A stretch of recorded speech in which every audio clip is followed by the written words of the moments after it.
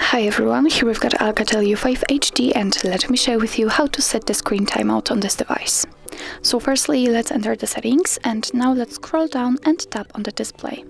Under the wallpaper option we've got the sleep, so let's tap on it, and here we've got some options from which we can choose. We can set either 15 or 30 seconds or 1, 2, 5, 10 or 30 minutes.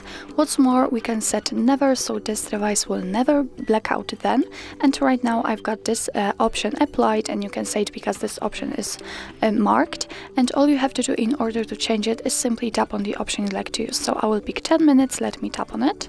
I accidentally tap on 30 minutes, but it doesn't really matter. I just shown you how to change the sleep time, and as you can see, it is notified right here that from now on, after 30 minutes of inactivity, this device will black out. So well, actually that's all. This is how to change the sleep timeout in your ALCATEL U5 HD. Thank you so much for watching. I hope that this video was helpful, and if it was, please hit the subscribe button and leave the thumbs up.